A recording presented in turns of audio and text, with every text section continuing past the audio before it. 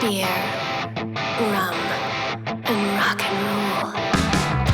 Saving rock, one conversation at a time. With Randy Legault and Beau Shiminsky. All right, welcome to Beer, Rum, and Rock and Roll Quarantine Edition Part 2. Cheers, buddy. Cheers, my friend. How's it going? You all set up in the garage, I see. Oh, yes. This is Beau's special place. Actually, I'm going to be spending a lot of time in here for the next little bit. Oh, did you fuck up? No, funny. Not that the doghouse? Not that kind of drama. I see. Yeah, I'm working on a film and writing some music for it, and this is a perfect place. This is a perfect place for me to be. Oh, right on. Especially in quarantine, so that's all right. But I'm set up, man. I got my drink. I got my my rum. Nice. I got my Coke. I got some ice over here. We're good. Coke, no Pepsi. Only Coke, no Pepsi. Oh, man. I know right away. If it's not Coke. Hey, how you doing, man? I'm doing okay, man. Chateau Legault is doing all right. Everybody's healthy. And yeah. I tell you what, I have new respect for my mom. She was a stay-at-home mom when we were growing up with 3 kids. I've had 2 24/7 for, 2 weeks, and I'm losing my fucking mind, man. I don't know how she did it. Yeah, there's a real empathy for some people that do it all the time, for sure. Absolutely, man. Everything okay at home? Everybody healthy and everybody doing good?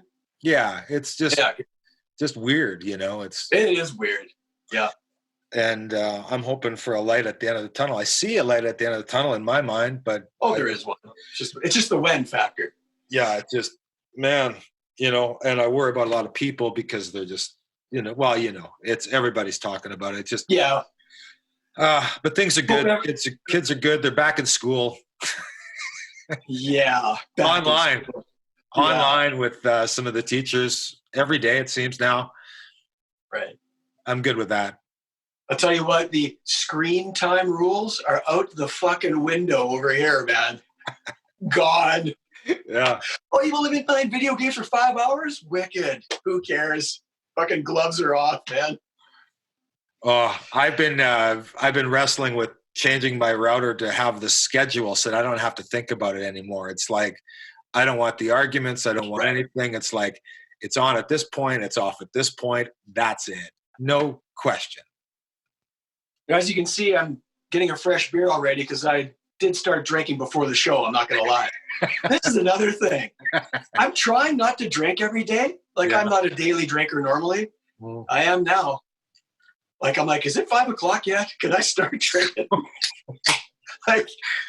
Dude, I got introduced to this Stone Cold. Do you know who Stone Cold Steve Austin is? You know what? I'm not a wrestling guy, but of course I do. Yeah. You know that name, right? Yeah, of course. Now, I don't know if this is his invention. It's probably got other names, but I've been introduced to the Stone Cold Steve Austin margarita.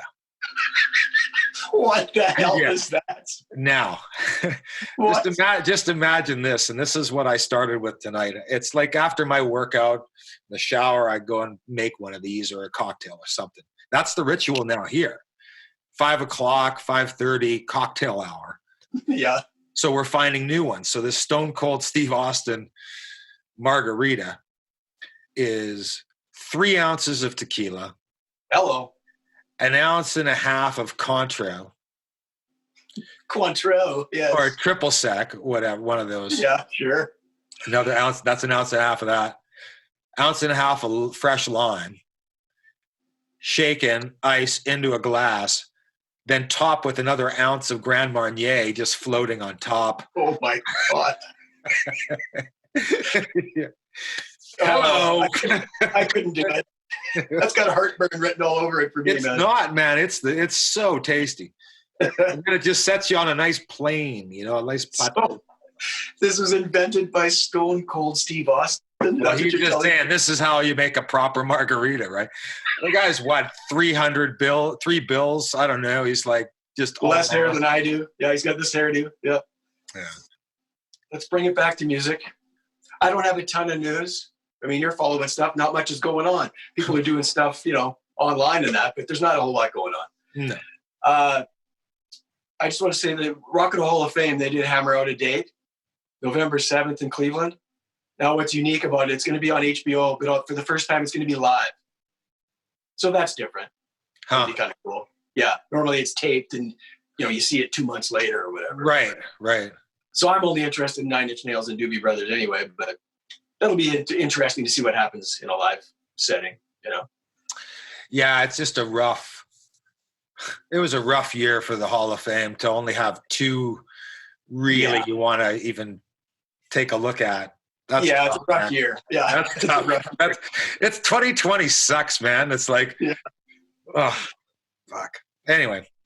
I did see something kind of cool back to people doing stuff online. Motley Crue's Instagram feed, they encouraged people to send in videos of themselves drumming or playing guitar to Motley Crue songs. And then they edit them all together and post like a montage. It's pretty cool, man.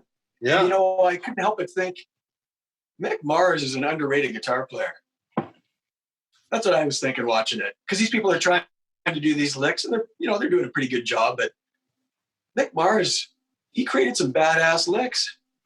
He certainly had a sound and a way of playing, kind of like Ace Frehley in a way that it wasn't virtuoso, crazy, awesome, fluid. It was not fluid, but effective, but noticeable. Oh yeah, but noticeable for sure. And if you dug it, or you just appreciated the fact that, hey, somebody's doing something a little bit different. Yes. Because back in the time, that wasn't, you had a lot of bands that had a DeMartini or these really accomplished, technically gifted players in that 80s scene. And then you got Motley that's just a bit more abrasive. A little more raw. And he's the only guitarist out there. He doesn't have a Robin Crosby next to him or whoever, right? Right. He's by himself. Yeah. No, and there's nice space allowed for that, which is always great, but you're on your own too, man. He made a hell of a racket. Yeah. And I hate to do this because, everybody's kind of feeling a bit down as it is, but it's the downer part of the news. A couple of deaths this week in the rock world. Well, not really rock. I shouldn't say that. One's in the soul and R&B world and one's in the country folk world. But the first one is Bill Withers, died at age 81 on March 30th. Heart complications. Yeah. And I don't know about you, but I love 70s soul and R&B stuff.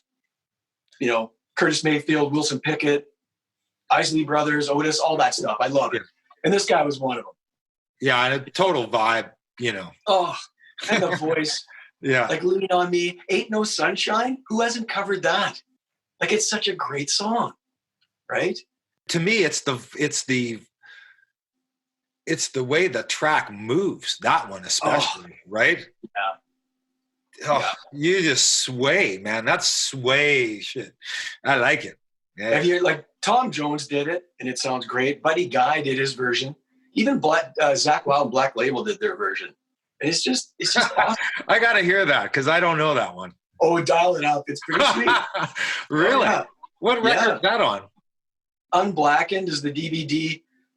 It's like a mellower disc, bunch of acoustic type stuff on it. Oh, okay. All right. Yeah. Awesome. Wonder this time where she's gone. Wonder if she's gonna stay. Ain't no sunshine when she's gone, and this house just ain't no home anytime she goes away. You know what's another track he did that was cool was Use Me. Do you know that one? Like Mick Jagger. Hum me a bar, buddy. Does that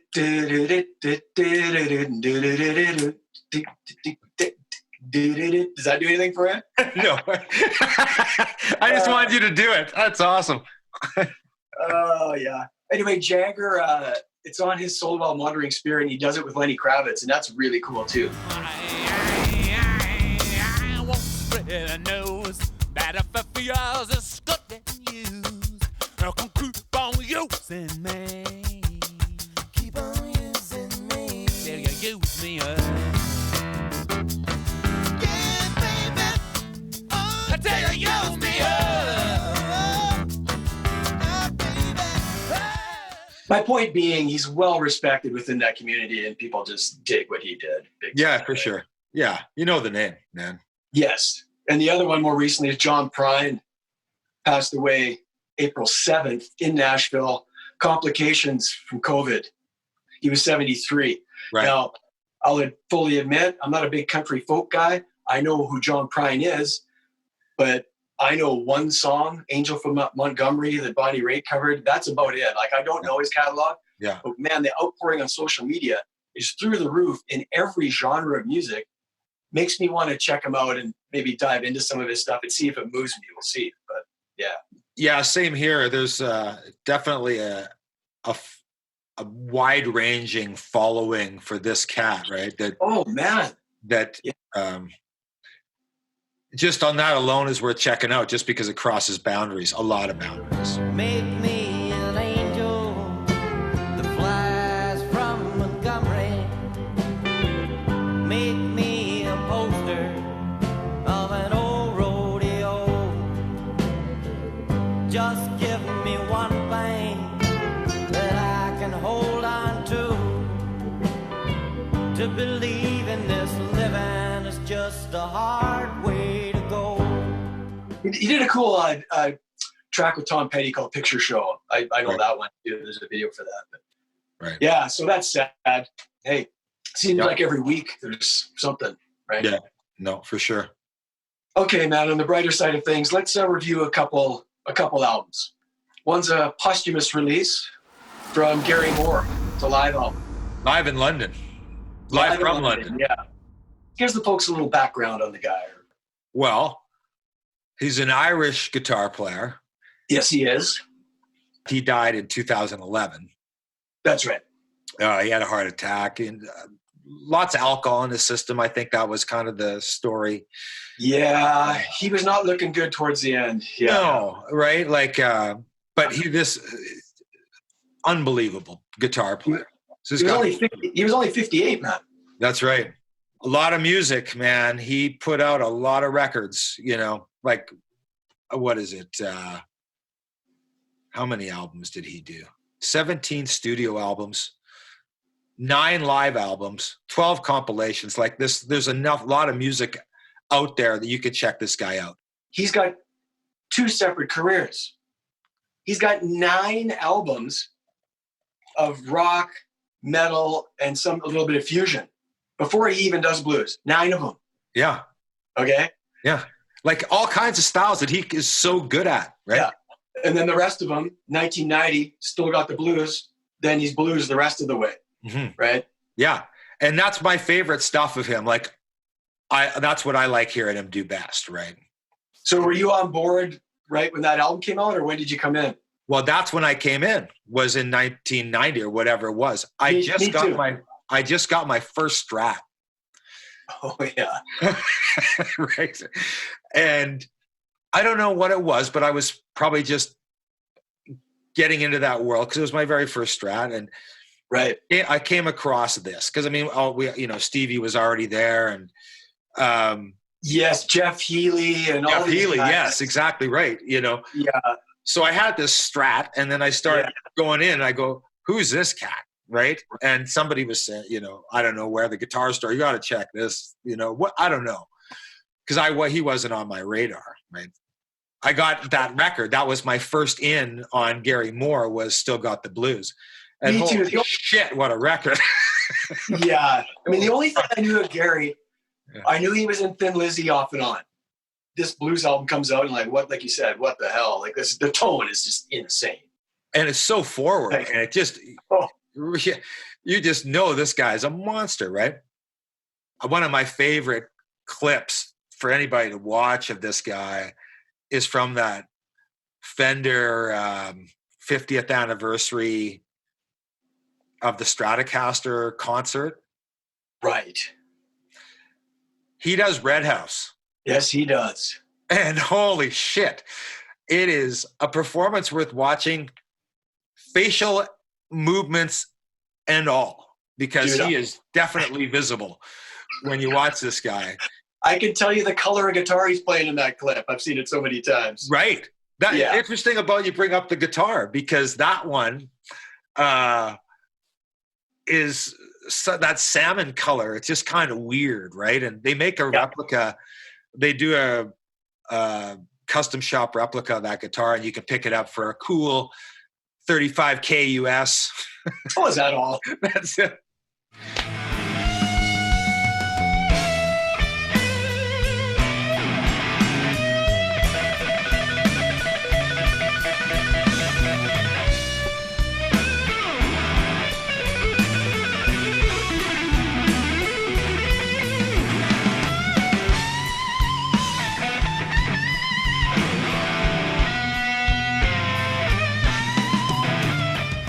What's cool about that too is he's obviously doing Jimi Hendrix, because he normally plays a Les Paul. He doesn't play a Strat much. He's a Les Paul guy usually. So, you know who's got his Les Paul? I do not. Who's got it? Kirk Hammett. Has Gary Moore's Les Paul, or he's got Peter Green's? Well, it's Peter Green gave it to Gary. Oh, the chain. I see. Gary had played it and had it for all these years. Right. And then Kirk bought it for $2 million. Was it $2 million? $2 million. Oh my God. He's got the Greenie, that guitar's called. That's right. Yeah. It's well, there's an album, music songs for Greenie or whatever it is. You can check it. Blues for Greenie. Yeah. Blues for Greenie. Yeah. This guy is awesome. He's an incredible player.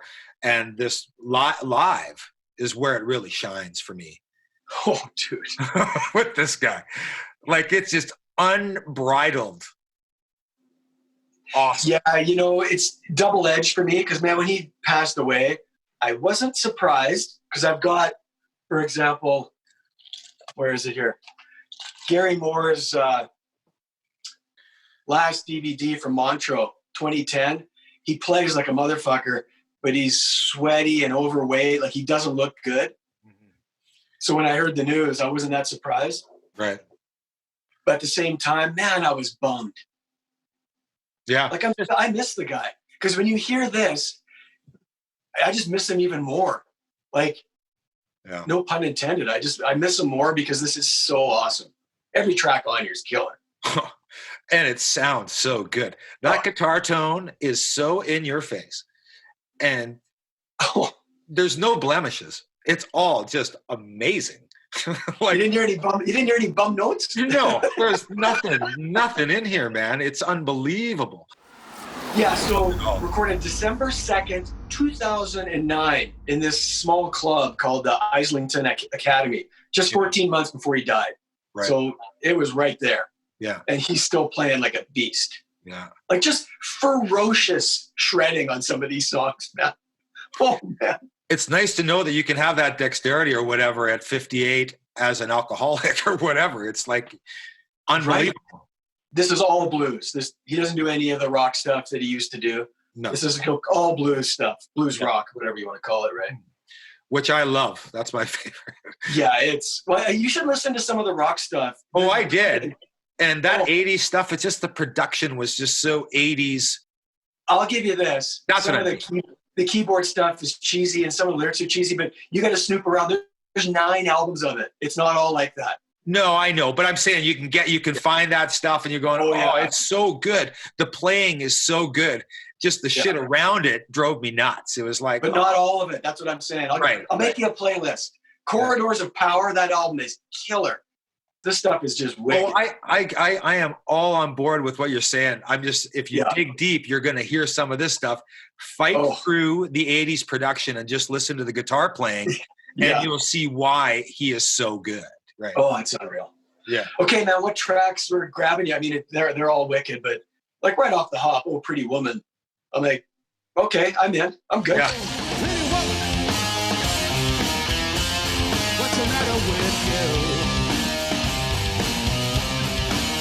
Yeah, make it. No man. No matter what I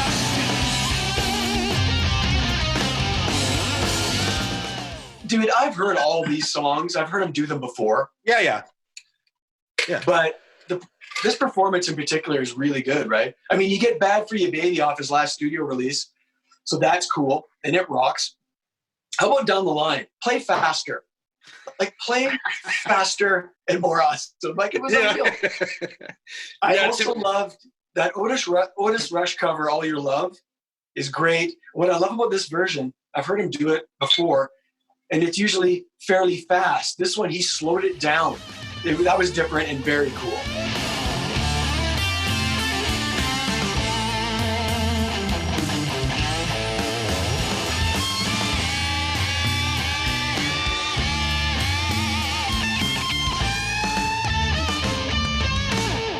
Oh, you love a pretty baby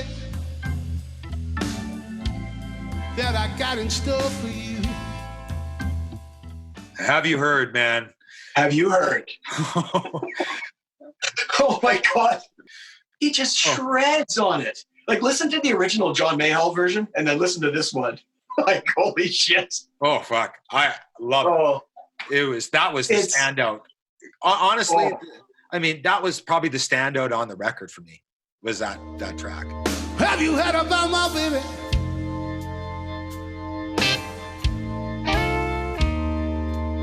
How I tried, but I let her down.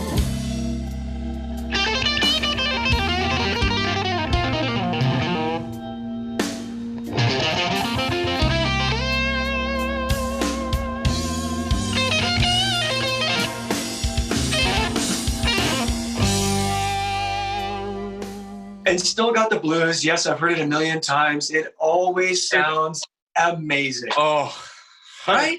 Never get tired of that melody. And you know it right when you hear it. It's like, okay. Yeah. You can't see my goosebumps from where you are, but I've got them fully. Yeah. That, I still come back. That's the first song of his that I heard that I went, what the fuck? Me too. I was off that record, right? Right. That tone on that lick. I've never heard anything like that in my life.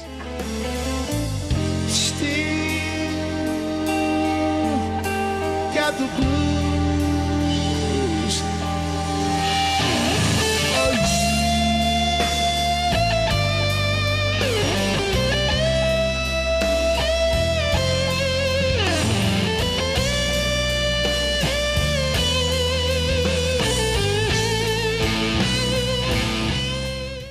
Here's the thing, looking shitty or not, like I said he was, this is him at his fucking peak. Like, he just did this the entire time.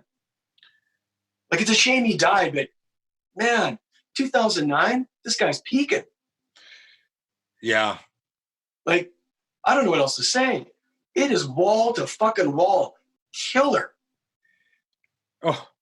Right? And the again, to just keep in mind that this kind of guy really shines when it's live. You get blown away on the record, but he's unleashed on the live side of things. He's better live. And you watch, he's so into it. Yeah. You watch that clip from that Fender thing, you're going to see this guy just pouring it out there. And that's what makes it incredible. Yeah. I mean, if you're just a fan of music, you will get something out of this stuff. For sure you will. You don't, come on. And he sings great. I mean. Yep. Absolutely does. Yeah. And again, that's another just a ridiculously hard thing. There's just not many people that can pull that off. You mention that a lot, and it is so true. I just wish he got his due more from the masses, but whatever. Who cares? That was a sad story, and it was really noticeable when you hear it on forums and stuff like that. Guitar players, yep. They all go, "This guy does not get nearly enough." No, he does not. Hey, speaking of noticeable, do you know the story behind? Like, he's got a lot of facial scarring. Eh? You notice? Yeah, that? It was a fight or something. What happened? Textbook drunken bar fight. broken bottle in your face. Like, wow. Yikes. Yeah. So that's why, like, if you look at his live stuff, yeah, he's got the scars and stuff. But yeah. Now you say he shines live. I want to plug some stuff for Gary. I already mentioned Montreux 2010. Yeah. There's a definitive Montreux collection. Woo. So it's all his Montreux. 90, 95, 97, 99, 2001. They're all on here. Awesome. It's just wicked. A couple Blu-rays. He does Gary Moore and Friends, A Night in Dublin, a tribute to Phil Lynott.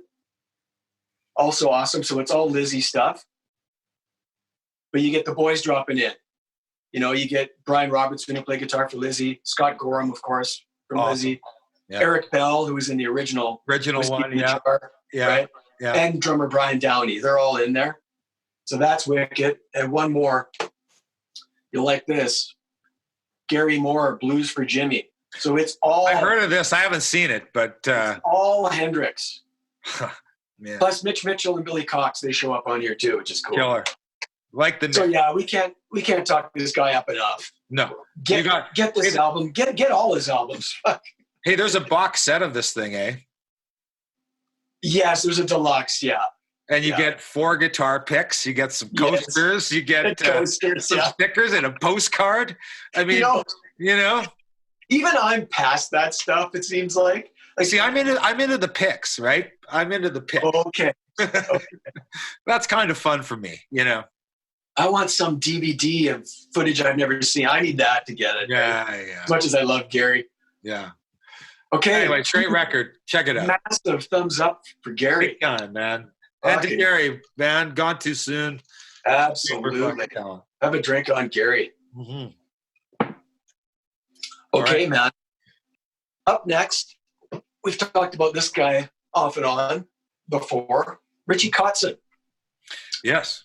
His latest release is 50 for 50. And what that means is, look at that, Winery Dogs band he's in. Oh, yeah. On February 3rd, he turned 50. Yeah. And he released a 3-album of 50 tracks. Like, this guy's prolific. Yeah. Like, he never stops. Yeah. What has he got? Like 25 records out? Like, it's 20 something. 23, my friend. Yep. He's going. And the Winery Dogs. Yeah. Right? Yeah. On top of that. So just like Gary, I'll give people a little background on Richie. Yeah, go. Yeah, for sure. American guitarist, singer, songwriter, producer. Like you said, released more than 20 albums. He was a member of Poison. Let's not hold this against him because he's badass. Yeah. He was a member of Poison from 91 to 93, replacing C.C. DeVille. Gee, that's an upgrade. Totally. 100%. What? Nothing against C.C., but he's not reaching back. Come on, man. He was I'm trying to be nice. Yes, no. You don't need to be nice here, man. C.C. sold a lot of albums, so let's, Sure. Okay. He was in Mr. Big, replaced Paul Gilbert from 99 to 2002. But there, you're replacing a shredder of equal merit. Paul Gilbert's fucking badass. I got some videotapes of him. Some instructional videos. Yeah. Yeah, you for do. Sure. And since 2012, he's been the front man of the Winery Dogs, which we already mentioned, with Mike Portnoy and Billy Sheehan. He was one of those Shrapnel Records shredder guys. That's where he came from. Like back in 88 to 91. Yeah. Remember there was him and Jason Becker and Marty Friedman and all these guys. Instrumental, just shred city. Mm-hmm. It was a little too shreddy for me. Like, I dabbled in it, but I was more into Satch and later and that kind of stuff. But at the time, this was groundbreaking shit. I mean, these guys played 1,000 miles an hour. Richie's style, so he's wicked in that he mixes blues, rock, jazz, metal, fusion. He does it all. Yeah. Right? Oh, yeah. He does a lot of sweep picking and legato. So a lot of hammer-ons and pull-offs and sweeping. He does a lot of that kind of shit. Yeah. Did that make sense? Yeah. It's just super crazy fast. Hit as many notes in different ways as quickly as possible. With feel. But that's where you separate a super talented to the shredder. Right? Well, shredding is talent, but it's not this. It's talented, but if you don't have the feel, it just sounds like noise. Another interesting nugget, around 2007, he dropped the pick. Now he plays with he's been playing with his fingers exclusively since 07. Right. So that's, as you know, that's a whole different deal. One other thing to note, he's a Fender guy. So he plays mostly tellies, the odd Strat, but he's pretty much a telly guy. I've been looking at potentially maybe wanting to get his signature model. Is that right? I've looked at it a number of times, but I'm saying, here's a guy that has dedicated most of his craft to this instrument. He makes it scream like nobody's business. And yeah, I looked at it. That's all I'm saying. I've looked at it a couple times and I'm going, yeah. And I need a telly. I don't have one. That's my problem. I don't have one. That's not, well, we're going to get to that in one of these docs where it's just never enough. It's never enough. I'm going to say that right now. Needs got nothing to do with it. That's what I like to say. That's right. Okay, man, let's talk about the album, or albums, actually. It's 3 separate albums all at once. So it's about 3 hours long. Like, it's a lot to digest. Yeah. He wrote, performed, and produced the entire 50 songs by himself. This is an area we haven't got to yet. Yeah. So he plays the bass. He plays the drums and the keyboards on top of guitars and vocals. What the fuck? He's that guy. He's a Prince level guy. Yeah. Like, come on, that's amazing. Yeah. What's so weird about it is that when you usually have somebody that's that gifted, they usually struggle on the emotional, social side. Good point. Yeah. Right? Where this guy, the songs that really work for me with him are the ones that go that way. And it seems like in a lot of it, the writing that he does is that way, that he's got both sides of his brain just fucking on over fucking load. That's a solid point, man. You can tell he wants you to feel it. Like, he wants to move people, right? And he's doing it constantly. This is the other thing. Yeah. Where it's not like I'm going to spend 5-6 years to create the perfect portrait. It's like, fuck it. I got this stuff blowing up in my fucking head. I got to do it. And I'm just going to give everybody me on every fucking level. Yeah. At top fucking level. It's unreal. It's not real. It's unreal. 100%. It's unreal. And this isn't a concept album. Like I think these 3 chunks of music, these 3 albums, they stand alone, yet it's cohesive. Like, it's not just this jumble of a bunch of songs. It doesn't feel like that. Like, there's a rhyme and reason to all of it. I mean, I'm not going to sit here and say I know all 50 of these songs. I don't. I listen to all of them, but that first chunk, that first disc is where I'm going to point out some songs, and then people have to make up their own minds after that. But yeah, it's a lot to digest. Okay, let's talk about some tracks. I just wanted to talk about right off the top. I just love this. I love everything about this. The first single, if you want to call it that. Yeah. Like Richie Kotzen cares about singles. Who gives a fuck? But it's his first single released off this is Devil's Hand. Yeah. Now, first off, it's an 8-minute track, something like that. Yeah. That's his single, which makes me smile. Yeah. It's got a 3-minute guitar solo at the end, preceded by a bass solo. That's the first single. And it's awesome. It's good. My way. That's what I love about today's music scene. He doesn't give a fuck about anything other than pleasing himself and his core audience, which we are 2 of them. Yeah. And this is what we want. He's not worried about airplay and all this bullshit. He puts his heart into it and he says, you know what, fuck, I'm going to make it 9 minutes. Or whatever it is, yeah. And it's a fun video. He's on the beach and he ends up walking into a club and playing. You know what I love too? He's playing leads and scatting over it vocally at the same time. I love this. Do you like that? I love it. Oh, it's crazy. This guy's so gifted. It's just part of him. And it sounds so cool and it sounds so easy. It's not. It's like he's playing air guitar. It's it's crazy.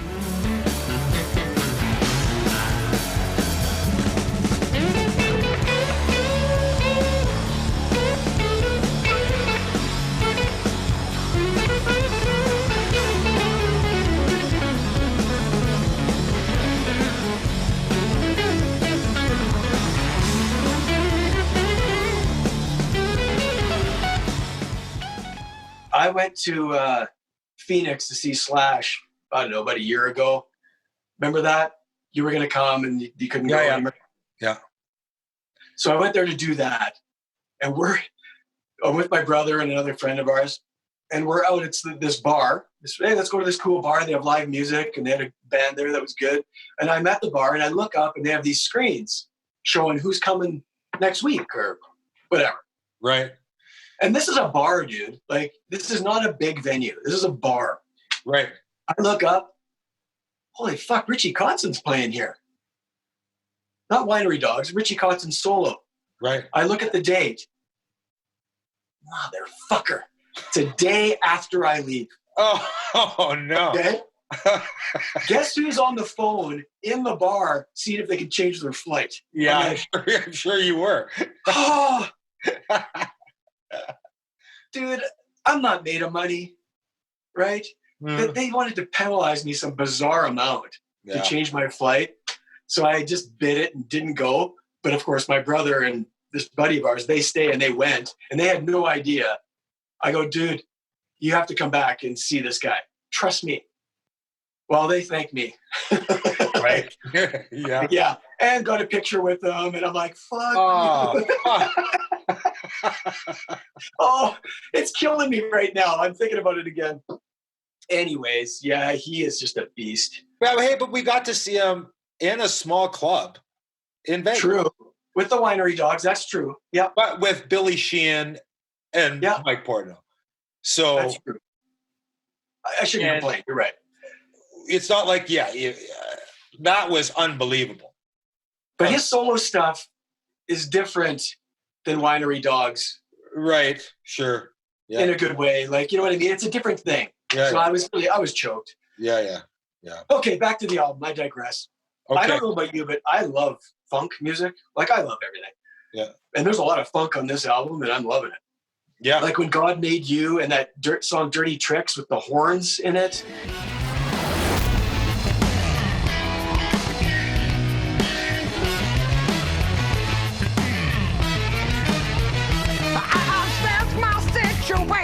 As a cold assassination by a concubine that's married to my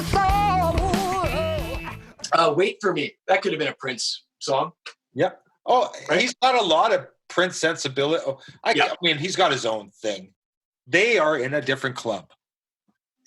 Man, when you could play all the instruments on your album, you were an elite group of people, man. Right. It's simple as that. That's why the similarities just will not end with these guys because it's crazy good. And if anybody's out there is wondering what he sounds like, and I'm not saying this as a put down or he's his own thing vocally, but he sounds a lot like Chris Cornell. I agree, but he has his own character to the voice. So, yes. But to a layman, well, that sounds like Chris Cornell. But if you keep listening, I can tell the difference, obviously. But it's that strong, though, is my point. It's a strong vocal. If you're being compared to, yes, in one of my, in my opinion, probably the best rock vocalist from 1990 on, or whatever it was, you will get no argument out of me on that. Right. So to be compared that way, and this guy is not just doing one song going, hey, he sounds like it. He's got 25 records sounding like that. This is his fucking shtick, dude. He can't help it. He didn't get it from Chris fucking Cornell. That's right. No, that's right. The second disc got more ballads than that. The only other one I wanted to mention is Who I Am is a strong ballad, I thought.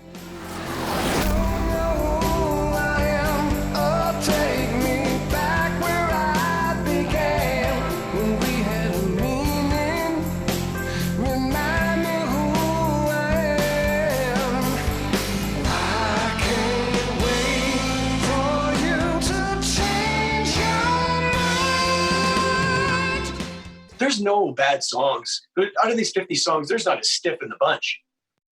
But when you put out 50 songs, man, it's a lot. That's too much. It's almost too much. And I wonder, I mean, I get it, 50 for 50, and he's got a lot of material and he can do it. Great, give people what they want. But it's impressive, though. After about the 22nd track, I'm going, okay, I need to hear ZZ Top. Hey, we'll get there. I know we are.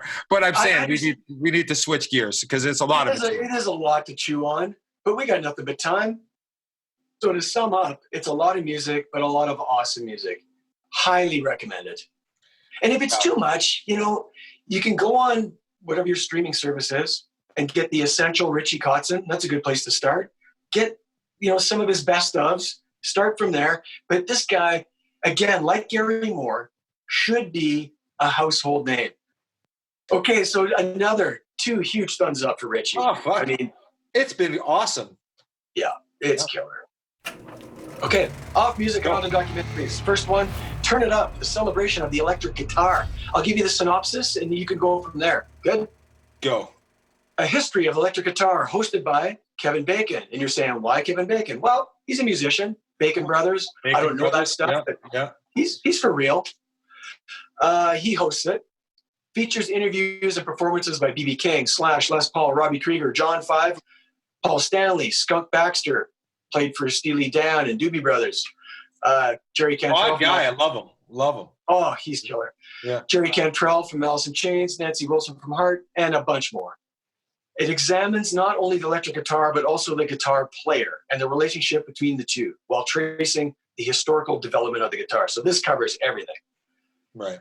It also touches on the iconic status of the electric guitar in pop culture, from politics to personal salvation. For example, more than one of these guys in the film states, "The guitar has saved my life." So this is a big deal to a lot of people, including you and I. So that's the general gist. It's about the guitar and the history of the guitar. What did you think, man? It's on Amazon Prime. That's where I saw it. I don't think it's on Netflix. That's right. So seek it out. Yeah. Anyway, what'd you think, man? I mean, I'm a sucker for this kind of Me too. viewing. Like, they already got a captive audience, even if it's produced well or not. It's like, I just love hearing these guys talk about their relationship with guitars. It made me smile how even today, a lot of these people are older and they're like 12-year-olds when they talk about the guitar. And I just felt good hearing that and seeing that, right? Yeah. This is definitely an instrument that keeps you young. There you go. Period. Yeah. The thing I liked the most about it was the performance stuff. Like Robbie Krieger with his SG playing the Doors licks, and Slash playing his Les Paul, wailing away. B.B. King showing the vibrato. I mean, God, they had Ann Wilson playing. Steve Lukather was a beast. They had him playing. I loved all that. That was the best part to me.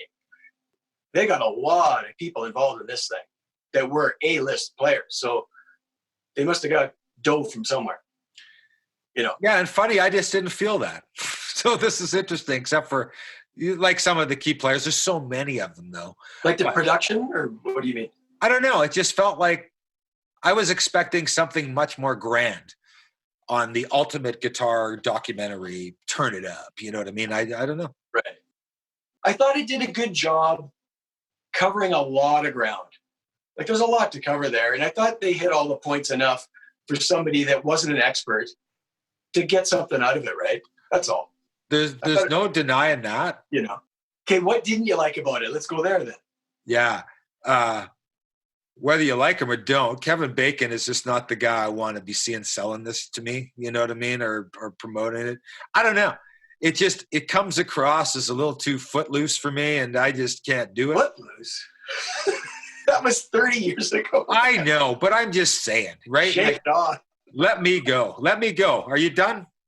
I'm just saying it was just a bit too, you don't need to sell me on the charm, my friend. You don't have to smile every time you say the guitar, or the Strat, or this. I fucking get it. It only really talked about Fender and Gibson. Really only kind of spent the time there. Those are the biggies, though. I mean, they are, but I'm just saying, it's like, and it was about product. Like, I mean, really, in a lot of ways, it was so focused on that.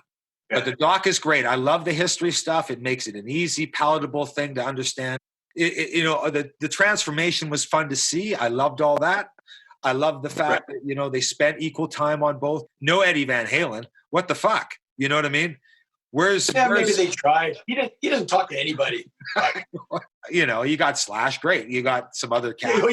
You always get Slash. Right, you do, right? These are common denominators. One more thing. I want to get your thoughts on the digital guitar. What do you think of that? I don't like For those of you who don't know what I'm talking about, it's a guitar, it's got a dial on it, and you can switch it 26 different presets, and you can sound like a Strat, you can sound like a Tele, you can sound like a Les Paul, you can sound like whatever guitar you want in one guitar. What do you think of that? Well, I think for anybody that doesn't have the dough to go out and buy an acoustic guitar and an electric guitar and a 12-string guitar and a nylon string guitar and a mandolin and a fucking banjo and fucking any other stringed instrument with wood and wire, you're fucked, right? It's going to cost you a lot of bank. Mm-hmm. I'd much prefer them playing something stringed than going to a keyboard and trying to do that with samples and stuff like that. That's I'd not a rather guitar. at least have the physical experience of the guitar in their hand. And some guys like Steve Howe was like, oh, I'm all over it. Technology's key. And then another guy, I can't remember what his name was. Another guy goes, it's about as interesting as a photograph of dinner to eat. You're not chasing your own tone. It's there in a knob. So, but see, that's you mentioned it clearly there. And I think that was documented in the film, and I can't remember if Kevin Bacon said it or somebody else said it. They were looking, a guitar player's eternal quest is to find their tone. Yes. It's not a parameter or a setting or user setting or a preset on a bank of presets of a million fucking sounds. There's my tone. But that comes in the fingers. That comes in the instrument. That comes in the wood. That comes in the way it's set up. That becomes in the amp you're using. It becomes in where you have all those fucking dials set, the tubes you're using. This is the stuff. Yeah. When you get, so I understand that the usefulness of it has a place. I get all that. But as a player who loves an instrument, that is not something that interests me. And you probably won't find it here. I think it's fun. Like if you're Joe Blow. Right. That's different. Hey, look, I can switch it from a Strat to a Les Paul. Isn't that great? Yeah, that's fun. But I don't want Slash playing one. Right. What was funny to me in the doc is that everybody they asked what tone was had a different answer. Yeah. It's just, there's no right answer. Everybody has their own answer to that question. And that's what's fun about it. Right. But that's the holy grail of finding what that is and what it is to you. Everybody should watch it. It's really great. It's really informative. It's just that like there's a few things that just me being me. Yes. I just like, fuck. Me being me. That was well put. Since we're on the documentary train here. Yes. ZZ Top's documentary. Little old band from Texas. Yes. I know you are a huge fucking fan. I am. So I want to just say, Randy, the floor is yours. ZZ Top, let's go. Well, yeah, I'm a huge fan. I got into them a little late, though. It's not like I was in there on the first album or anything. I mean, I was a little kid. How late? Eliminator late. Okay. So I'd heard LaGrange and I'd heard Tush. I mean, I heard these songs in the ether or whatever. And, I'd go to my cousin's place. They all had this album. Yeah. Next, all the other albums. Yeah. I thought, that looks kind of cool. I mean, I'm into Kiss and Nugent and Deep Purple and Aerosmith. These guys have cowboy hats on. Mm-hmm. Like, I never really paid that much attention. Mm-hmm. Except for LaGrange and Tush. No, that sounded cool. But it didn't really hit me till Eliminator. Man, when I heard that album and saw those videos, I was in up to the eyeballs. I fucking loved that album, and I love the MTV thing. I fucking loved it. I'll just say it. And here's the thing. A lot of hardcore ZZ Top fans, older fans, when Eliminator came out, they lost their shit. Yeah. This is a different sound. Yeah. This is a different thing. But I didn't have that baggage. So I just thought, hey, this sounds cool. The guitar playing is wicked. Yeah. The vocal is cool as shit. Yeah. And look at these hot chicks in the video. And they're spinning their guitars around. This is fun. Yeah. Like I was in up to my eyeballs, like I said. And on top of that, let's just talk about MTV for a second. Okay. So we're in Canada. So we had much music. Yeah. Right? Good Rockin' Tonight with Terry David Mulligan, who was painful, if I recall. It was. Oh, you want a painful video clip? Go on YouTube and search Motley Crue, Good Rockin' Tonight. It's an interview around the Shout at the Devil period. Yeah. And Terry David Mulligan is interviewing Motley Crue. Shout at the Devil period. Keep in mind what that would have been like. Yeah, yeah. He comes off like the dorky dad. And I remember He is the dorky dad. Oh, it's so painful to watch. Anyway, sidebar. And from the States, there was, remember Friday Night Video? Remember Friday Night Video? Yeah, sure. Like, I don't know about you, but music videos, I was obsessed. Like, I watched everything I could get my hands on. See, we didn't have really satellite cable, much of that stuff. I didn't get these channels Right. as a kid. Right. So I got to see them at somebody that had a dish or some friend's house on a Friday night. But, Right. but Yes. that was it. I wasn't watching. I was still listening is what was. Well, I'm doing both. But yeah, Right. the visual aspect, these guys come into life. Like I remember, you can flash back to Kiss when they're on the Paul Lynde special. These guys coming to life on TV was fucking huge. So this is that on steroids. Right. All these bands I like, Van Halen, Scorpions, fucking Twisted Sister, whoever, there they are on the fucking screen. Here's how bad it got. So you mentioned the big dish. Those kids up there don't know what I'm talking about, but the dish is big as your fucking house. Yeah. Oh, fuck. It's Satellite G4. Anyway, I'm going to Sate and like right around Eliminator time. We're like 83. And in the Sate Student Lounge, they had the MTV, not much music, the MTV feed in the lounge. Right. Off the satellite dish. Well, dude, I'm skipping classes. Like, Right. I'm eating my lunch in the student lounge watching Van Halen. I'm like, I'm not going anywhere. I am not moving. Yeah. It's fucking 5 o'clock. I'm still in there. Fucking Scorpions. Like, dude, it was insane. So you had ZZ Top to that mix. What? You got Gimme All Your Lovin' comes out. That's the first one I saw. You got a 34 Ford Coupe hot rod. Check. 3 smoking hot chicks. Yeah. Check. Yeah. I mean, it's all there, right? And they are cool as hell with the moves, the fucking, all that shit. I bought in. Sharp Dressed Man, Legs. Legs, I didn't love that song, but even TV Dinners, they released 4 videos off that one album. Through the roof. I even bought the keychain. Remember the keychain? They throw to the kid? The ZZ Top, silver writing. Yeah, I've seen it. Yeah. Oh, I had one.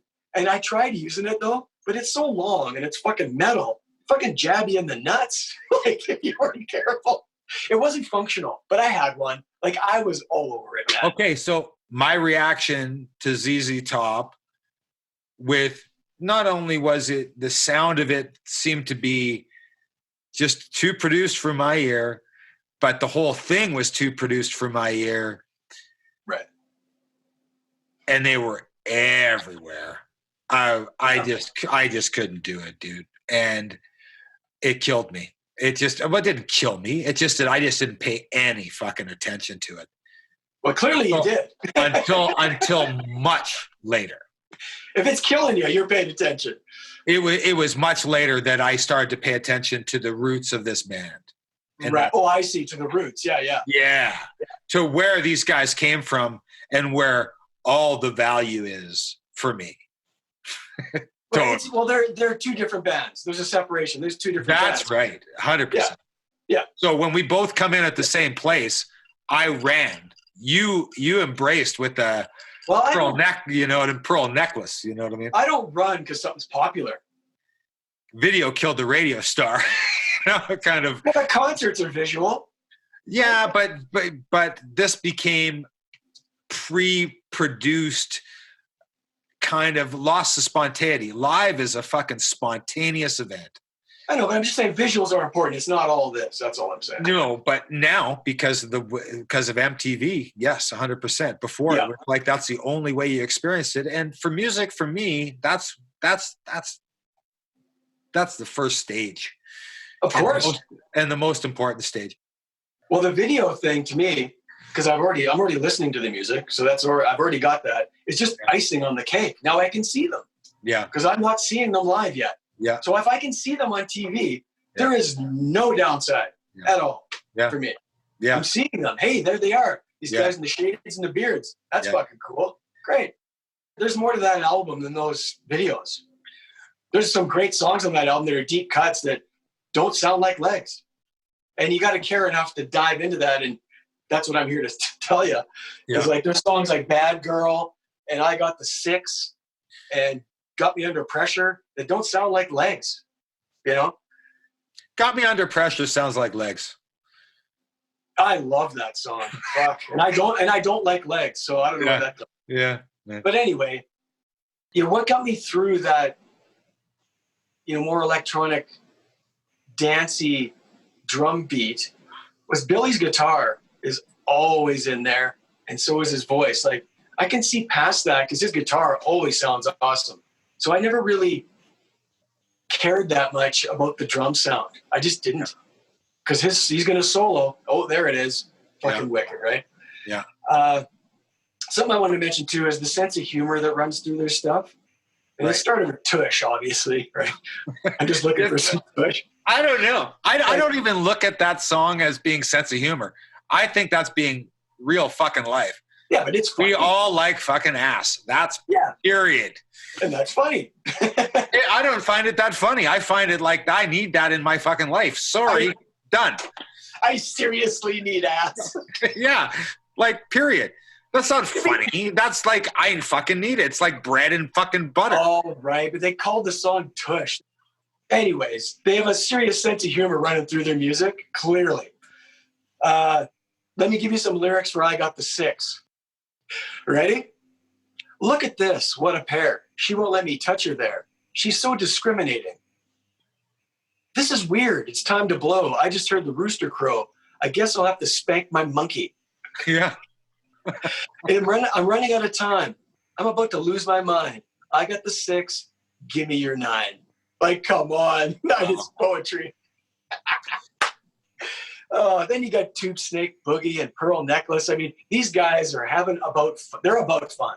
That's what this band's about. They're about boogie and groove and having fun. And that's what I love about them.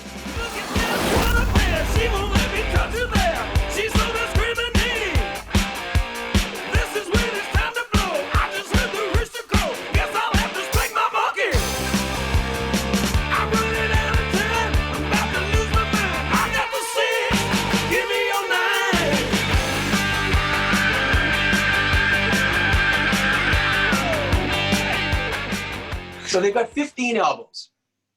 Yeah. All of them, except 3, are produced by Bill Ham.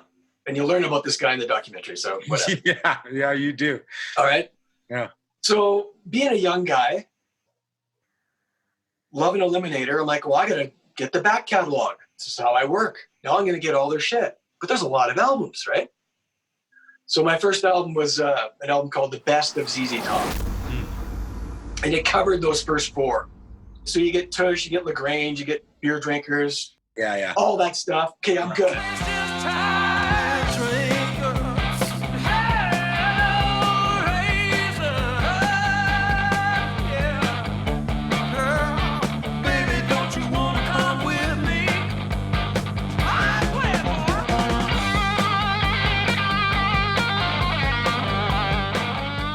And then I'm like, okay, now what am I going to do? Well, I got to get Tejas. You know Tejas? So there's where I get into my vinyl. So, of course, we have this one. Yeah. Which we just talked about. Right? Yeah. Check this out. Tejas, check this shit out. Ready? Can you see that? So that's when he just started growing the beard, eh? The beards are just coming in. They're just starting. Yeah. Check these outfits out. Yeah. Right? Yeah. So they're just finding their way. This album, I love it now, of course, but at the time I'm like, wow, it's pretty country tinged, right? Like Well, they're a Texas fucking band. Like that's going to have some of that in it, man. These are honky-tonk fucking clubs they play. It's true, but this one, even compared to the best of ZZ Top, LaGrange and Tush, it's a little more low-key, a little, you know what I mean? Yeah, okay. Yeah. It's Only Love, fucking $10 Man, Driving While Blind. That's a good one. Yeah, fuck. That still happens today, sadly. It's got a country flavor to it, Beau.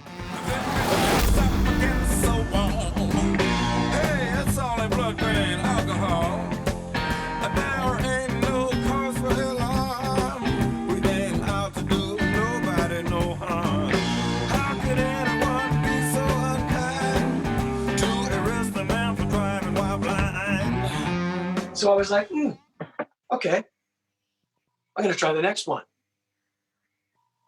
This bad boy right here. Now, this is awesome.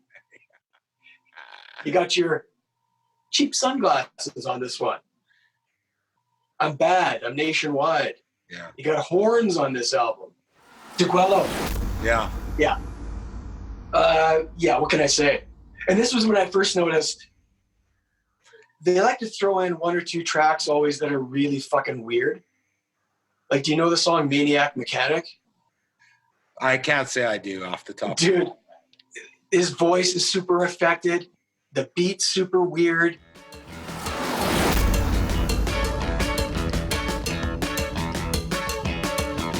Tonight, it ain't right. I got to have me a week. But I'll be back for you, Jack, and I'll let the machine speak. That's right. So this is 79, and it's killer. Oh my God. Low down in the street, that's my broom. She loves my automobile. I mean, it's wall to wall. Okay, to go with DeGuello, Yeah. I highly recommend this. It's called Double Down Live. It's from that tour, live in Germany. Now this is raw. You would fucking love this. This is what you want. Way better for me. Yeah. This is raw ZZ Top. Oh my God.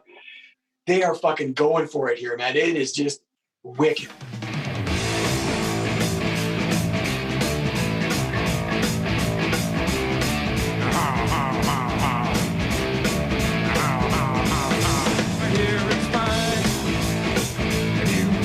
Time and the chance to get yourself in.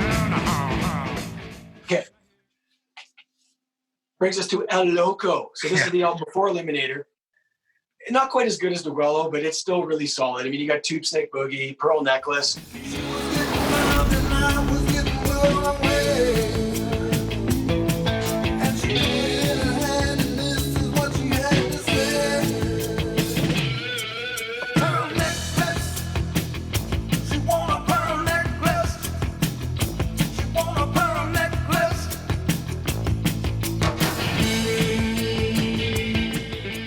Loco, awesome. Yeah, and again, just let's keep in mind this is a 3-piece band. Yep. That has a sound that has been, I know it's changed once or twice. Well, if you listen to the catalog, it changes gradually. There's not that much of a leap to me from Tube Snake Boogie to Eliminator. There just isn't. Yeah. I mean, from Eliminator to the first 3 albums, oh yes. But it's more gradual than people think. Right. Anyway, that's my 2 cents. Yeah. Okay, Eliminator, we talked about to death. This one, at the time, oh man, I was all over it. And I loved it. It doesn't age that well. But again, Billy's guitar is in there. And his voice is still in there. Like Rough Boy is a great song. Say What You Want. Any song called I Woke Up With Wood, I'm in. I gotta say, Afterburner, I know exactly what you're saying. I had a guilty pleasure with Rough Boy. Yes. Super guilty pleasure with Rough Boy. You shouldn't feel guilty.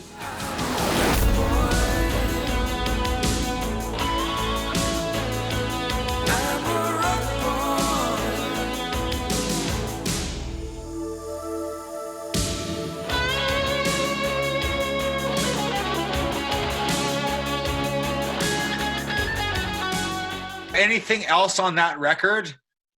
I couldn't do it. Sleeping bag fucking killed me. You don't want to slip inside my sleeping bag? No, thank you. And the fact that they did the car in a fucking spaceship was just like, no, you're going the wrong fucking way. I want to go back to fucking Cactus, please. Thank you. Let's go back to Texas. They did that already. I like this cover. You mean you didn't like Velcro Fly? No, thank you. And that was everywhere too. Fuck, I hated it. No. Yeah. Oh. It doesn't age well. But Rough Boy does. Hey, Jeff Beck did it with Billy. Yeah. There you go. Yeah. But there is Woke Up with Wood's a good track. Can't Stop Rockin's all right. You know what's the other thing I want to mention? Billy Gibbons does 90% of the vocals. Yeah. But when Dusty sings, like I Got the Six or Party on the Patio or Can't Stop Rockin', they're always, and Tush, they're always the rockin' tunes, and he has a cool voice too.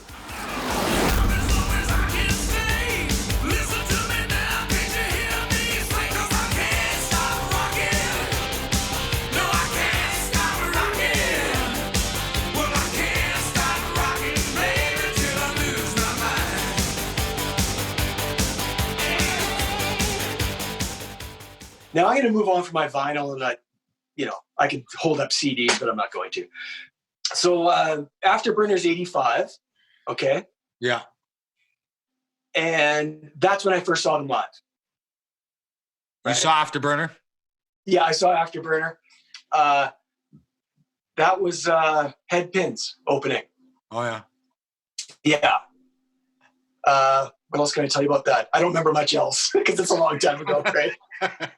Yeah. I can't tell you much else about that one. Yeah, yeah. Okay. After Afterburner, we go to Recycler, which is a continuation of that sound, pretty much.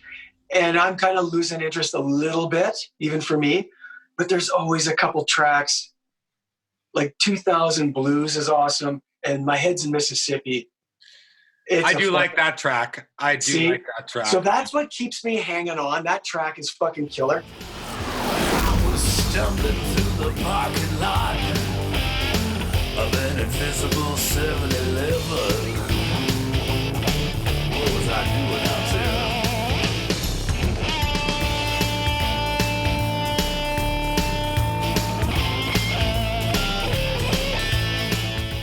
And I saw them again on that tour. This is awesome. Colin James opened. I don't really remember much of that either, but I do remember this.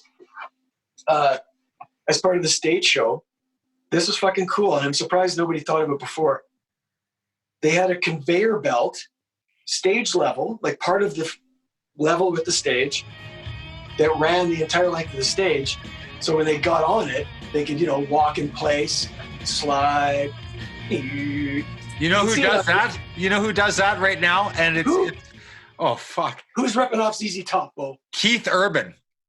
Oh, boo. So I watched a video where he did his whole guitar solo on a conveyor belt. He walked on a conveyor belt and did his guitar solo. This was like wrong setting, wrong vibe, killed me, out the door, closed the door, done, not going to do this again. I thought you listened with your ears. No. But the problem was they had a fan blowing his hair, and they had a smoke machine blowing smoke. And, it was just this whole campy conveyor belt scene that just Keith thought he was in a Whitesnake video. Oh, totally right. Oh, anyway. He must be a ZZ Top fan because he clearly stole it. He stole it. It's right. But man, when ZZ does it, they do it in a cool, they're doing their moves and shit. It's awesome, dude. Oh, yeah. And the other thing about that tour, that's the tour Black Crowes got kicked off of. Oh, okay. For saying on stage, you don't do this, by the way. If you're the support band, you don't dog the headliner for having a beer sponsor. I mean, now everybody does it, but back then, Chris Robinson's like, oh, wish I was on a tour where the headliner didn't have to have a beer sponsor to tour. Yeah, you're gone. Yeah. See ya. Well, I think that, yeah, he wasn't clearly paying attention to the signs that were guiding his way, at the time. Would you tell Mick that? He's a different man now, yeah. Yeah, you would hope. Okay, next up, 1994, they released Antenna. Right. So Antenna in 94, I mean, again, what's happening is to the songwriting, it's just going down a couple notches. It's not as good as it used to be. It's dropping a bit, but there's always a few tracks that are standouts, right? So Pincushions on Antenna, and that's a good track.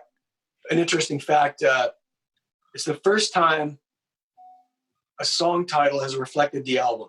So there's a song called Antenna Head. Like usually their album titles, there isn't a song in the album named that. Right. 96, we got Rhythmy. The standout track for me is She's Just Killing Me. Have you heard that song? Oh, fire it up, dude. It's fucking badass. When you're a band that good, there's going to be nuggets. They're not going to put out shit. You know what I'm saying? Sure. They're not going to put out a shitty album. There's going to be stuff in it that's worth listening to. Right. And She's Just Killing Me is one of those. They used it in remember that movie Dusk Till Dawn? George Clooney and Tarantino. Yeah, sure. The vampire thing? I got to watch that again, by the way. That would be a good one to watch again. Little Robert Rodriguez. Yeah. 99, you got Triple X. So Triple X and the following one in 2003 and Mescalero, they're the two produced by Billy Gibbons. Right. So Bill Ham is out of the picture. I'm not sure what happened there, but he's gone. Now Billy's producing. And they're good. They're decent albums, but you got to be hardcore like me. Yeah. Okay, the last album was in 2012. Kind of a return to form. This album is strong. Produced by Rick Rubin. They kind of got in touch with their old sound, but still retaining that modern thing. So, he's the guy for that, apparently, right? And he does whatever he's doing. I'm all for it. It's called La Futura. I mean, any song called Chartreuse, and the following lyric is, I like a big caboose. Come on. Yeah, you're lowbrow that way. I get it, man. I get it. Come on. And the breakout singles, I Gots to Get Paid. And the video has the hot rods and the chicks again. Not the red one, but hot rods. Yeah. And it's a return to form, man. 25 letters on my dressing. I got to get paid.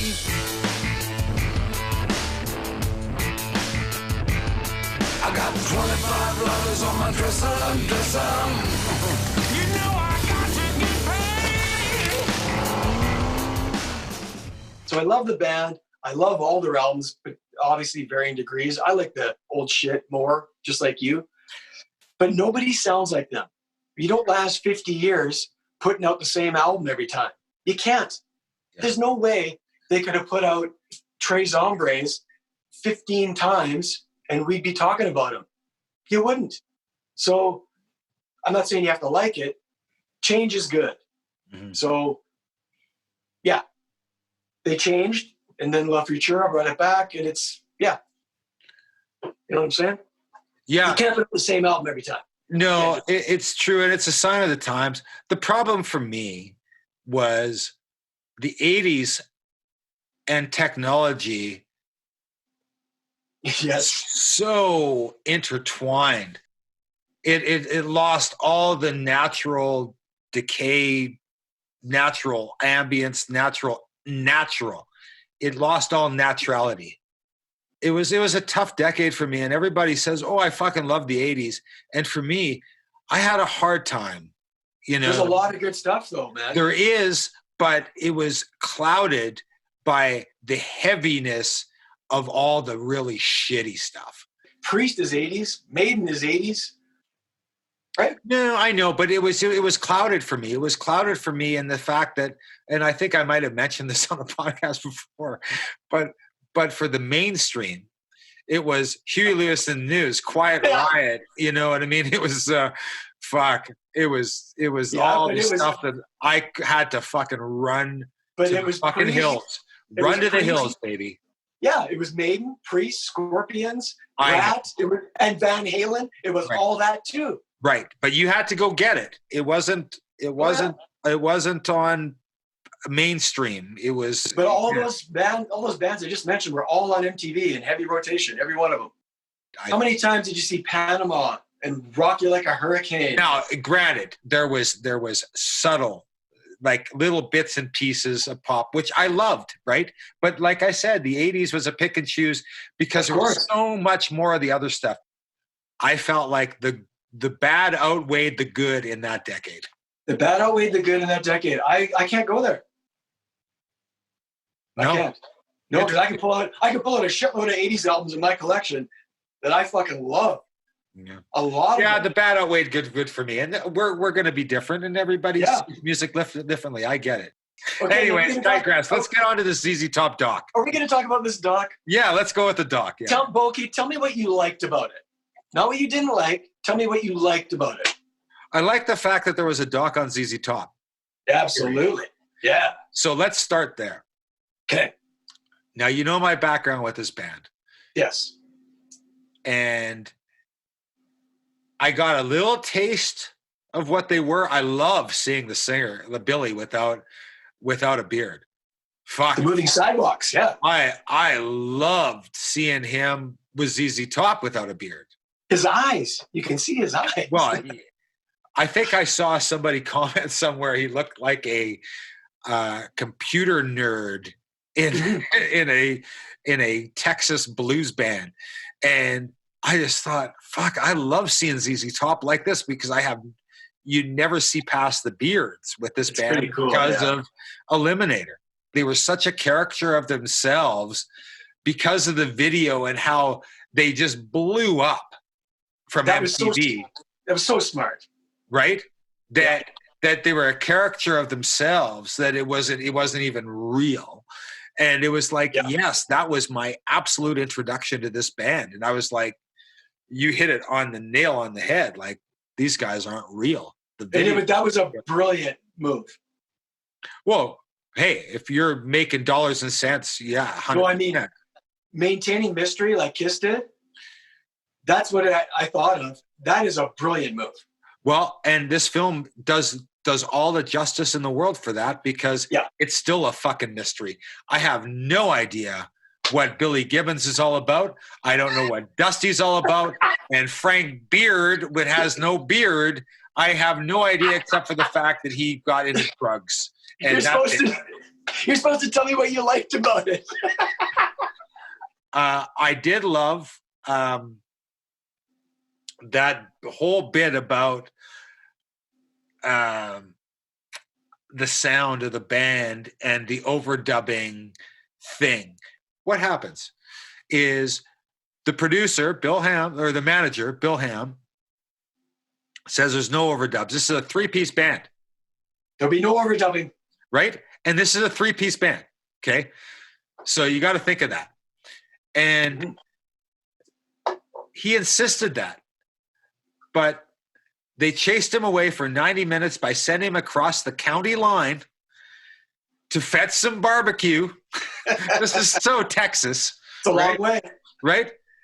And while he's gone, the engineer says, okay, we're going to replay that. I got this technique where we're going to detune the guitar just by a little bit.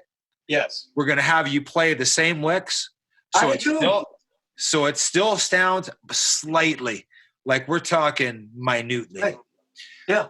But to make it still sound like a 3-piece, one guitar, just thicker. And this whole process, it gives it a breadth of sound. It's like something. And that was their sound. And I mean, fuck, you listen to it and it was just like, he pulled a fast one. This 3-piece sounding great. And he had no idea. It still sounds like one guitar to him. Right. But I do love though that Bill Ham was so hands-on that we're not overdubbing. We're pure. I mean, I like that attitude. Right. But they kept it in that context. Sure. It's just a slight variation. I just thought that was a really cool moment in the film. You know, that was cool. Yep. It was great. They touched on the jamming in C for 3 hours, and they knew, oh wow, we found. I like to hear those stories. You know, I like to hear how they gel, how they create, how they write. The film just didn't go way deep enough for me at all. Right. I want to know about the guys. I mean, Billy Gibbons, he is this untouchable in a lot of ways, with his tone, right, with his sound, like his sound, obviously, with his aura. When I walked away from this film, I didn't get a really clear picture of the magnitude of this man. They wore sunglasses the whole fucking film. You know, they stuck to their personas, and they didn't tell us about them as a person, really. Right. Like you say, there's a mystique to this band, and they didn't really touch on it at all. No. Well, they maintained it. They did. Exactly right. Yeah. Which is obviously, I don't blame the filmmakers, because that's what the band wants. Yeah. Too bad, because all I want to know is way more about Billy Gibbons. You know what I mean? What makes that fucker tick? I enjoyed it. It was shot, beautifully shot. Yeah. It looked great. Yeah. The interviews looked great. The interviews were good. No problem with that. We were talking about Bill Ham earlier. Man, this guy, like, you hear a lot of horror stories about managers. This guy was not one of them. He knew exactly what he was doing. He didn't fuck out of a bunch of money like most managers do. He knew to maintain that mystery. No interviews. Fuck, they didn't do the Tonight Show till Afterburner. Like, they didn't do any TV. That's smart. And most people wouldn't do that, right? And I think that was cool. He passed away in 2016. Little sidebar. Yeah, the archival footage was cool, but yeah, I wanted to see more, but there isn't that much. They didn't shoot stuff back then as much as they do now. I mean, I'm sure if they had it, they would have used it, right? Oh, here's a little story too. You didn't mention that I thought was cool. After that huge Texas world tour where they had the livestock on stage and shit. Yeah. And the stage shaped like Texas. Yes, which is, they're basically doing to Texas what Springsteen did for Jersey. That's what I came to my mind. Sure. And going way beyond their means. They didn't have the money to do that, but they're just going into debt, hoping, right? Anyway, after the success of that tour, what's Dusty Hill do? Gets a job at an airport. I thought, man, who's doing that? That's pretty cool, right?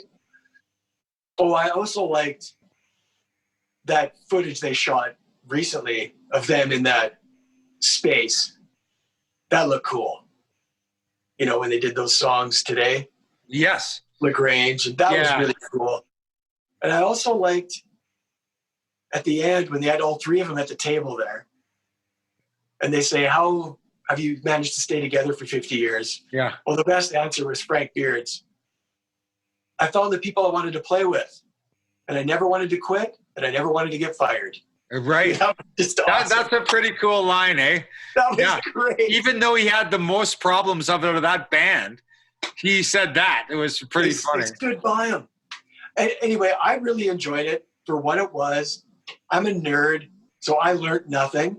But if you were Joe Blow, who didn't know a bunch, man, you're going to learn a lot, and it's going to be cool to you, right? Yeah. Okay, on the negative, and these are negatives as a ZZ Top freak. So, again, I enjoyed the documentary, but I just want more of a good thing. It's not long enough. So what I want, I mean, in this day and age of people watching 3-hour podcasts, people, they don't mind the long format. What I want is Tom Petty running on a dream, 4-hour ZZ Top documentary. That's what I want. See, this is the thing, that it was only an hour and a half, and it only covered kind of a little bit of what they wanted you to know, but I want the in-depth. You're right. That Tom Petty, that doc is the doc of docs for me in regards to music. It's the benchmark for sure. Right? Yeah. Another thing, I know you don't give a shit about this because you don't like Eliminator, but they don't talk about the shift to that sound. They don't talk about how they got that sound. They don't talk about it. Because it's polar. It's polar for a lot of people. And so I think the band isn't. The band loves it. I think they're producing this video for their fans too. And I think that some most of their fans love that. It's the biggest, that's their biggest selling stuff. I think there's some fans that don't like that and go, what the fuck? What's with the drum machine, kind of thing. I'm sure there are, but my point is, that's the peak of their powers. Tell me how you developed that sound. Whether you like it or not, I want to know how that came about, that process. Sure. That's all I'm saying. Sure. I thought it would have been cool to have like that when all three of them are at the table, more of that. Yeah. Instead of everybody separate. That would have been kind of cool. Yeah. I thought it could have benefited for more big name interviews. Like Jeff Beck is a ZZ Top freak, but how about the Stones? Keith Richards inducted them into the Hall of Fame. It would have been cool to have him or somebody from the Stones talk about ZZ Top. They love the band, so it would have been cool to have one of them interviewed. That's all. Sure, and I agree 100% because I think they need more of that for sure. The film didn't showcase the impact of this band on the people that create it that are at that level, like the influence that they had. I didn't get that from this dog. Well, now you're leading to my next point. No, it would have been cool.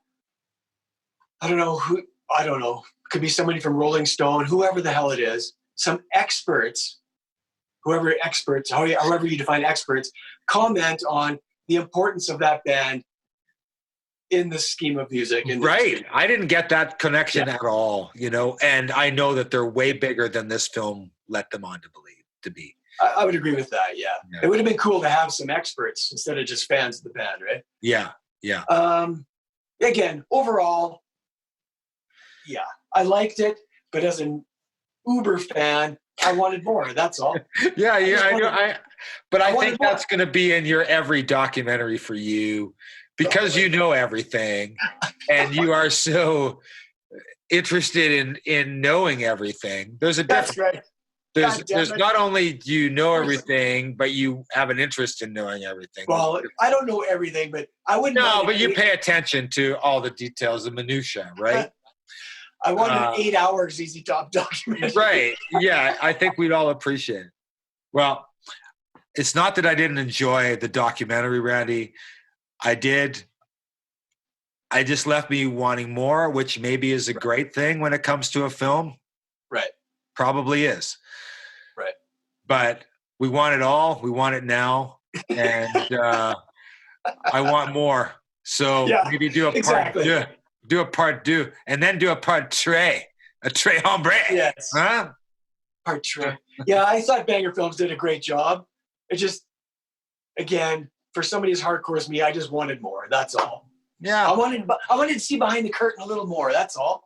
But hey, I don't know what they're dealing with logistically and all that stuff. I get it. Yeah. We're in the business. I get it. It's definitely worth looking at. It's on Netflix. Fucking have at her, man. It's worth looking at. I watched it a couple times, man. Yeah. I enjoyed it. So totally. When I thought of Jeff Beck and how much he loves ZZ Top, another thought popped into my head. There's another guy who, around 99, he comes out with an album called Who Else? It had been a long time since Guitar Shop. Yeah. Right? He was fixing cars for about 12 years in there. Yeah. Yeah. And Who Else in 99, and You Got It Coming in 2001, and Jeff in 2003. Those 3 albums. Yeah. Full of electronic, techno, sampled loops, all of this stuff. It's very similar to what ZZ Top did, right? Yeah. The reason I want to bring that up is good for him. Like, if I want to listen to Blow by Blow and Wired, I'll listen to that. But I think it's cool that these guys fuck around, change shit up. You don't have to like it. You can like it or not. But a creative person, why would you want somebody to paint the Mona Lisa 100 times? You don't. No. This whole notion that you got to maintain a status quo and sound the same every album. I don't get it. Yeah. Like, as much as I hate Load and Reload by Metallica, I don't want to hear Injustice for All 10 times either. Yeah, I know, and we've been getting into this conversation a bit. I don't get this attitude. I just don't get it. Okay, take a look at Rush, for example. Oh, they changed a lot. Yes, good example. Right? Yeah. Didn't work for me. Didn't work for a lot of people. So what? Right? Fine if they want to do it. But when you do that and you're kind of reacting to what is going on now, there's direction put on, especially at that time. It's a little different when you're like 70 and you don't have anything to prove and you can call your own shots. But when you're at the height of your fucking popularity and you got A&R guys and everything was controlled by radio and record labels and everything else, that they're reacting to the situation, the current situation. Yeah, but nobody's controlling Rush. Nobody. No, but I think Rush is influenced by what's going on now and where they are in their life. Geddy Lee, same thing, right? But the example I'm trying to say is that was it right for the majority of your fans? Probably not. You know, that's debatable, but it's debatable. But you know, I didn't like a lot of that Rush keyboardy stuff either. But as a creative individual, which you are, do you expect them to put out moving pictures another 15 times? They're gonna hate doing that. They're not gonna be happy creative musicians doing that.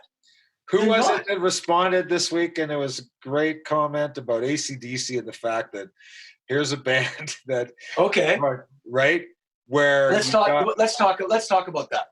Okay. So I know that's a funny line, and I've heard it a million times. Yeah.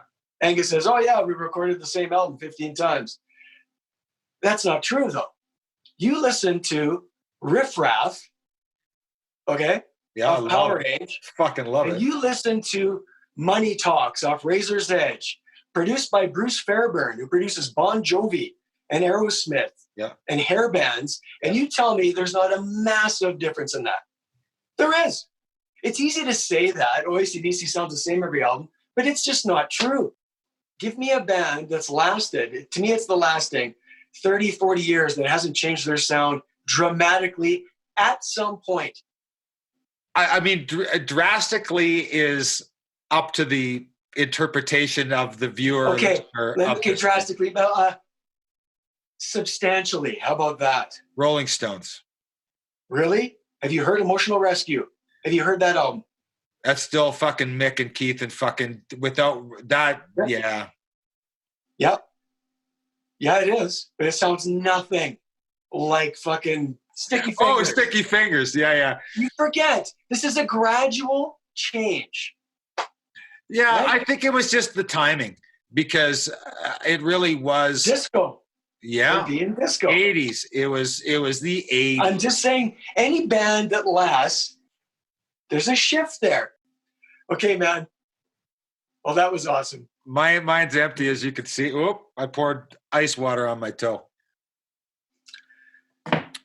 You know, this is great, but I'd rather, do it face to face. Hopefully that happens soon, For sure. But we'll keep doing this until we can get back there. And that's the plan, right? Wish everybody well out there. Yeah. Stay safe, everyone. Yeah. Send us your comments, man. Tell us what you think of the ZZ Top doc and the guitar doc and whatever. And tell us if we should go over 4 hours, because if you want that, we can do it. Obviously. I don't sense that's the desire. You know what? I love your show. I just need it longer. Yeah. I don't hear that comment. I think that should become a common thread. Anyway. Okay, buddy. Cheers. Around rock and roll, babies. Let's keep it alive. Okay. Cheers, brother. And peace out. We'll see you on the next one.